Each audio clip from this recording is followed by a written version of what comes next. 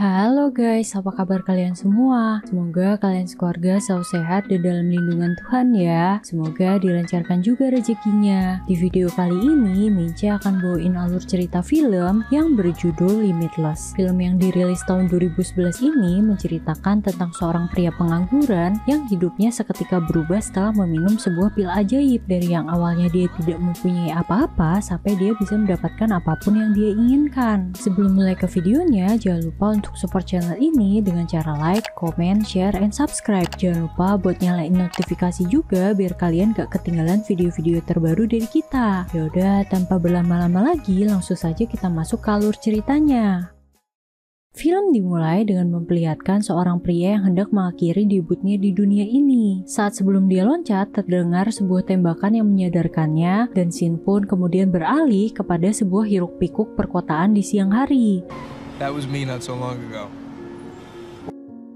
Kita dibawa flashback ke kehidupan pria tersebut beberapa bulan sebelumnya. Pria bernama Eddie itu merupakan seorang pecandu bubuk surga dan minuman haram. Karena kecanduannya itu membuat Eddie nyaris kehilangan pekerjaannya. Sehari-hari sebagai penulis, bukannya mencari ide untuk menulis buku, Eddie malah bermalas-malasan menonton TV sambil rebahan. Sampai akhirnya Lindy, pacar Eddie pun juga hopeless melihat kelakuan Eddie dan memutuskan untuk mengakhiri hubungannya dengan Eddie. Saat berjalan pulang, Eddie tidak sengaja bertemu dengan Vernon, adik dari Melissa, mantan istrinya yang mengajaknya untuk nongki di warkop. Come on, let's go get a drink. I want to hear about this book. Di tengah-tengah obrolan mereka, Vernon mengeluarkan sebuah pil baru yang sangat unik. Eddie yang tahu track record Vernon sebagai mantan pengedar narkoboy langsung menolak mentah-mentah pil tersebut. Tetapi Vernon meyakinkan Eddie bahwa obat itu merupakan obat baru yang sedang dikembangkan oleh perusahaannya. Konon katanya obat tersebut bisa membuat manusia yang awalnya hanya bisa mengakses 20% kemampuan otaknya menjadi 100%. Vernon pun memaksa Eddie untuk mengambil obat tersebut dan meninggalkan kartu namanya. Saat perjalanan pulang, Eddie pun akhirnya penasaran dan meminum obat tersebut. Sesampainya di apartemen, Eddie bertemu dengan Valerie, pemilik apartemen yang menagih uang sewa. Saat mendengar omelan dari Valerie, tiba-tiba efek obat tersebut pun mulai bekerja. Seketika, tubuh Eddie pun memproses semuanya dengan begitu cepat. Eddie mendadak memiliki segala macam ilmu pengetahuan dari sesuatu yang bahkan hanya sekilas dia lihat atau tahu. I was blind, but now I see. Alhasil, Valerie pun terkesan dengan kepintaran Eddie. Bahkan, Eddie berhasil menyelesaikan tugas kuliah Valerie dan Eddie mendapatkan hadiah spesial. It was a polished gem. She was pleased. Setelah itu, Eddie pun pulang ke apartemen dan menyadari bahwa apartemennya ini udah kayak kapal pecah. Eddie pun langsung membereskan apartemennya dan mulai menatanya dengan rapi. Nampaknya selain mendapatkan kecerdasan, pil ini juga memberikan kewarasan dan ilham bagi Eddie. Kemudian, Eddie juga menyelesaikan draft buku barunya, yang tadinya untuk menulis satu patah kata saja sangat sulit, menjadi sangat mudah akibat efek obat tersebut. Keesokan paginya, Eddie pun terbangun dari tidurnya dan efek obat itu telah hilang. Namun, Eddie masih mempunyai peninggalan dari efek obat tersebut, yaitu draft bukunya yang akhirnya selesai juga. You're kidding. Setelah menyerahkan draft bukunya kepada penerbit, Eddie kembali mengunjungi Vernon untuk meminta obat itu lagi. Eddie juga menceritakan tentang efek luar biasa yang ia dapatkan setelah mengkonsumsi obat itu. Vernon pun akhirnya jujur bahwa sebenarnya pil bernama NZT48 tersebut masih dalam proses penelitian dan tidak boleh diedarkan karena memiliki efek samping yang berbahaya. Tetapi Eddie yang sudah terlanjur ketagihan tidak peduli dengan perkataan Vernon. Sebelum memberikan pil itu lagi kepada Eddie, Vernon meminta tolong agar Eddie mengambilkan laundrynya sekaligus membeli sarapan. Eddie yang rela melakukan apa saja demi mendapatkan pil itu langsung melakukan perintah Vernon dengan semangat. I'd happily be his errand boy. Sesampainya di apartemen Vernon, betapa kagetnya Eddie melihat kondisi apartemen yang sudah hancur berantakan. Eddie juga melihat Vernon yang sudah berpindah alam. Dengan panik, Eddie pun langsung menelpon polisi. 7B, yes. Sambil menunggu kedatangan polisi, Eddie sadar bahwa orang yang melakukan hal ini kepada Vernon pasti mengincar pil ajaib tersebut. Eddie langsung mencari pil tersebut ke segala penjuru rumah dan menemukan sejumlah uang, buku catatan, serta sekantong pil NCT. Sesampainya di rumah, Eddie pun menghitung uang yang ia dapatkan dari Vernon dan meminum pil itu lagi. Setelah itu, Eddie mulai mengubah penampilannya menjadi lebih rapi dan meyakinkan. Tidak lupa, Eddie juga menyelesaikan bukunya hanya dalam waktu 4 hari saja. Dengan 1 pil sehari, membuat Eddie memiliki kemampuan luar biasa dan tak terbatas seperti Eddie No Limit. Eddie pun memanfaatkan kemampuan luar biasanya itu untuk memenangkan judai, belajar hal-hal baru, serta belajar bahasa baru. Dalam waktu singkat, Eddie berhasil menjadi sosok yang sangat jenius. Semua informasi yang pernah ia baca atau dengar selama hidup seolah-olah tersusun rapi di dalam otaknya. Kemampuannya ini tentu saja mempermudah Eddie untuk mendapatkan teman-teman baru sekaligus masuk ke circle orang-orang penting nan kaya raya. Semuanya nampak berjalan mulus dan sempurna, hanya saja Eddie merasa bahwa dia harus terus bergerak maju. Jika Eddie berhenti, maka dia merasa bahwa tubuhnya akan meledak. Eddie pun terus menikmati hidupnya sampai di suatu titik Eddie sadar bahwa dia bisa melakukan sesuatu yang lebih besar dari sekedar menjadi seorang penulis. Sambil terus mengkonsumsi 1 pil sehari, Eddie mulai mempelajari dunia pasar saham dan trading. Dengan kemampuan yang ia miliki dan modal $800 yang dia dapatkan dari Vernon, dalam sekejap Eddie berhasil melipat gandakan uang tersebut. Next day, 7,500. It was too slow. Tidak sampai situ saja, Eddie juga meminjam uang dari seorang rentenir bernama Gennady demi mendapatkan uang yang lebih besar. Good luck. Beberapa hari kemudian, teman baru Eddie yang bernama Kevin mengajak Eddie untuk bekerja di perusahaan tempat ia bekerja. Eddie pun mulai menaikkan dosis pilnya untuk mempersingkat waktu dia mempelajari dunia saham. Dalam waktu singkat, Eddie berhasil mendapatkan keuntungan sebesar $2 juta. At the end of the week, my brokerage account contained.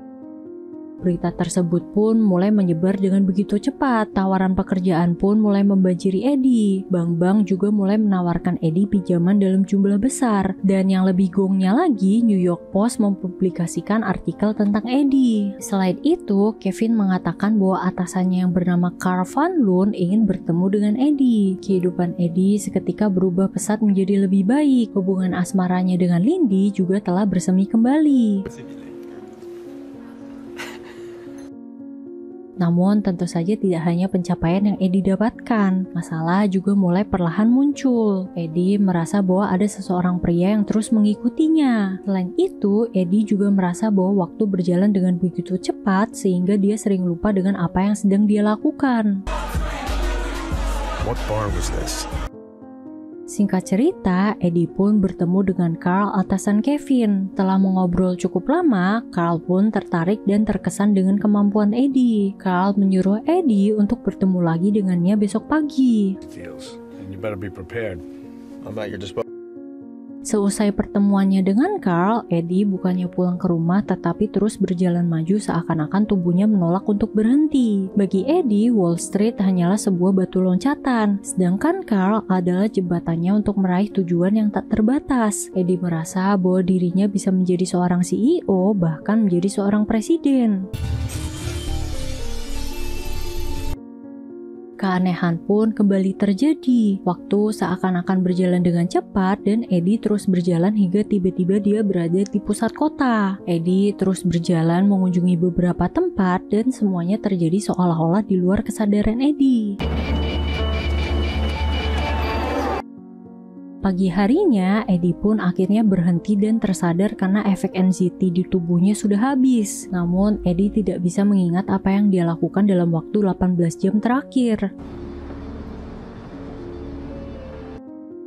Sesampainya di rumah, Kevin pun menelpon untuk mengingatkan pertemuan Eddie dengan Carl. Awalnya, Eddie ingin membatalkannya karena persediaan pil NCT Eddie telah habis. Tetapi, Kevin mengatakan bahwa Eddie tidak boleh menyia-nyiakan kesempatan emas ini. Alhasil, tanpa pil NCT, kepintaran Eddie pun menghilang dan bicaranya pun melantur. That was a great leap forward, right?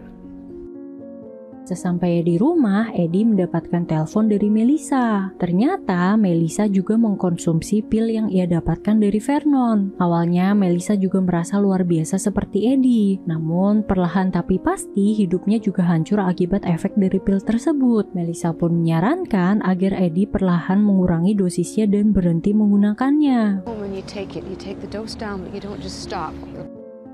Karena penasaran, Eddie pun berusaha menelpon beberapa klien yang ada di buku catatan Vernon. Mengejutkannya, 3 orang diantaranya meninggoy dan sisanya sedang menjalani perawatan di rumah sakit. Eddie terus-menerus menelpon klien-klien Vernon sampai di mana pria misterius yang selalu mengikuti Eddie pun menjawab teleponnya. Melihat hal itu, Eddie pun langsung berlari kabur menyelamatkan diri.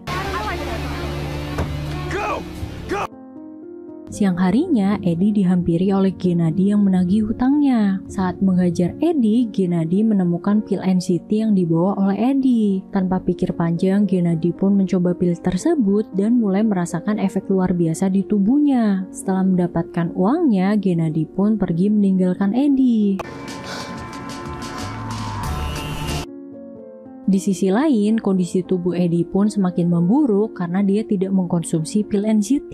Eddie pun akhirnya menghampiri Lindy di kantornya dan jujur menceritakan semuanya kepada Lindy. Eddie meminta Lindy untuk mengambilkan stok pil NCT yang Eddie simpan di rumah Lindy. Give me your keys. I'll go to your apartment. Pria misterius yang tadi mengikuti Eddie ternyata sekarang mengikuti Lindy. Akhirnya Lindy pun tidak mempunyai pilihan selain mengkonsumsi pil NCT untuk meloloskan diri dari pria tersebut. Semenjak kejadian itu, Eddie pun menyewa 2 bodyguard dan kembali bekerja dengan Carl. Semua berjalan dengan lancar dan Eddie sedang mengurus bisnis merger terbesarnya bersama dengan Carl. Eddie juga mulai mengontrol dosis NCT-nya dan alhasil Eddie pun berhasil mengontrol tubuhnya dan tidak pernah kehilangan kesadaran lagi. Eddie memodifikasi semua jasnya agar dia memiliki kantong rahasia untuk menyimpan pil NCT. Selain itu, Eddie juga menyewa seorang ilmuwan agar stok persediaan NCT Eddie pun terus aman. $2 million if you can do it in 6. Di saat Eddie merasa semuanya berjalan dengan lancar, Eddie kembali mendapatkan masalah baru. Gennady yang kemarin mencoba NCT menjadi ketagihan. Gennady mengancam Eddie dan memintanya untuk memasok pil NCT kepadanya. Singkat cerita, hari di mana merger perusahaan Carl dan perusahaan Hank Atwood akhirnya datang juga. Namun ternyata Hank tidak bisa datang dan diwakilkan oleh istrinya karena sedang sakit. Dari sini, akhirnya Eddie mengetahui bahwa pria misterius yang selama ini mengejarnya adalah supir Hank yang mengincar stok NCT untuk bosnya. Eddie juga tersadar bahwa Hank tidak akan bertahan lama karena tidak memiliki stok NCT lagi. Be explained by NCT. At least I had some. Keesokan paginya, Carl merasa marah kepada Eddie. Berita merger perusahaan mereka bocor sehingga perusahaan Hank membatalkan merger tersebut. Yang lebih parahnya lagi, Eddie tiba-tiba mendapatkan kiriman dari Gennady berisi potongan tangan bodyguardnya. Eddie juga tersadar bahwa pil yang berada di jasnya ini telah menghilang dicuri oleh pengacara Hank. Eddie yang panik dan ketakutan akhirnya memutuskan untuk pulang ke rumah. Tak lama kemudian, Gennady dan anak buahnya pun mendatangi rumah Eddie. Eddie yang sudah hopeless akhirnya memutuskan ingin mengakhiri debutnya di dunia ini. Tetapi tiba-tiba Eddie sadar bahwa dia masih memiliki kesempatan untuk keluar dari semua masalah ini. Eddie teringat bahwa kemungkinan dia masih memiliki 1 buah pil terakhir di dalam kotaknya. Dan kemungkinan itu pun sudah cukup bagi Eddie. Sayangnya saat Eddie menemukannya, Gennady berhasil menerobos masuk dan membuat Eddie menjatuhkan pil terakhirnya. Sebelum menghabisi Eddie, Gennady memberitahukan bahwa dia telah menemukan metode baru yang dimana dia menyuntikkan pil NCT ke darahnya agar efeknya bisa bertahan lebih lama. Untungnya, di saat-saat terakhir, Eddie melihat pisau yang ada di dekatnya dan berhasil menghabisi Gennady. Dan dengan menjilat darah milik Gennady yang mengandung pil NCT, Eddie pun berhasil mendapatkan kekuatan untuk menghabisi anak buah Gennady. Singkat cerita, ternyata Hank meninggal dunia. Dengan dibantu supir Hank, Eddie pun berhasil mendapatkan kembali pil NCT yang dicuri oleh pengacara Hank. 12 bulan kemudian, Eddie berhasil menerbitkan bukunya dan sedang mencalonkan diri untuk menjadi seorang senator. Saat jam makan siang, Carl pun datang menemui Eddie. Carl ternyata telah mengetahui rahasia Eddie yang menggunakan pil NCT untuk mencapai kesuksesannya. Carl pun mengancam akan menutup seluruh pabrik NCT jika Eddie tidak mau membantu Carl dan perusahaannya. Tetapi ternyata Eddie telah berpikir beberapa langkah lebih maju daripada Carl. Eddie telah berhasil mengetahui kandungan-kandungan yang ada di dalam NCT dan berhasil memproduksi NCT sendiri dengan kualitas lebih baik tanpa efek samping. Dengan kemampuan luar biasanya itu, Eddie bisa memprediksi apapun yang akan terjadi ke depannya. Eddie juga bisa memprediksi umur Carl yang sudah tidak lama lagi akibat penyakit jantung yang dideritanya. Eddie benar-benar menjadi tidak terkalahkan dan film pun selesai. Gimana guys menurut kalian filmnya? Komen di bawah ya tentang pendapat kalian. Oh ya, by the way, buat kalian yang mau request film buat dijadiin alur cerita, boleh juga komen di bawah ya. Oke, segitu dulu video kali ini. Semoga kalian terhibur dengan alur filmnya. Last but not least, buah kelapa, buah manggis. Jangan lupa subscribe ya manis. Thank you for watching and see you on the next video. Bye bye guys.